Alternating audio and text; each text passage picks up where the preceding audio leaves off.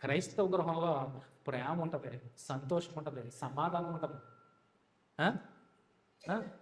ప్రేమించే సభ్యులు ఉంటారు ఆ గృహంలో. కోపం ఉండదు, ద్వేషం ఉండదు, క్రోధం ఉండదు. దొంగతనాలు చేయరు ఆ గృహంలో ఉన్నవారు, వ్యభిచారం చేయరు, ఏమి చేయరు.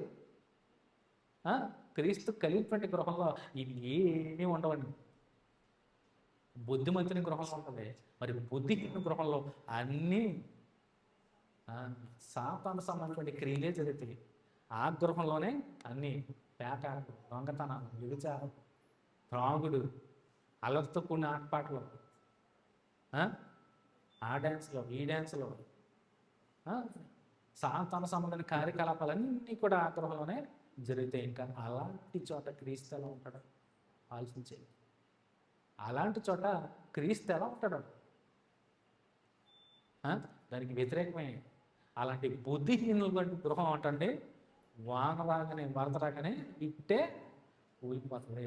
ఎందుకంటే పునాది బలంగా లేదు, క్రీస్తు లేడు ఆ గృహంలో. ఇసుక మీద కట్టినటువంటి గృహంలాగా ఉంటుంది. మనది ఏ గృహమో? క్రీస్తు నివసించే గృహమా, క్రీస్తు లేని గృహమా? మీరే ఆలోచించేయండి. మనం అనుకుంటాం మా గృహంలో క్రీస్తు ఉన్నాడండి, మా గృహంలో ఏమీ లేవనుకుంటాం.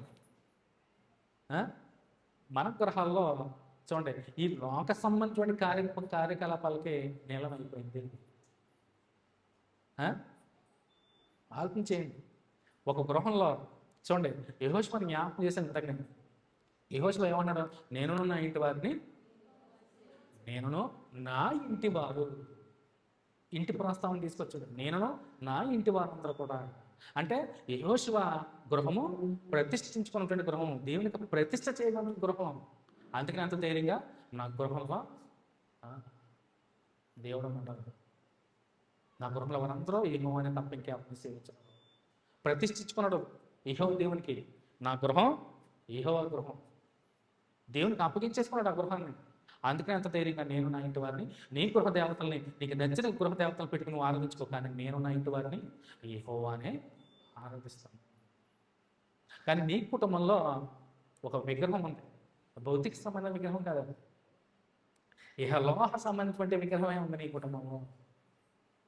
పాపం అనే విగ్రహం ఉంది నీ కుటుంబంలో. ఎప్పుడైతే పాపం అనే విగ్రహాన్ని నువ్వు బయటపారేస్తావో, పాపం అనేది దాన్ని తీసివేస్తావో, అప్పుడే క్రీస్తుని గృహంలోకి వస్తాడు.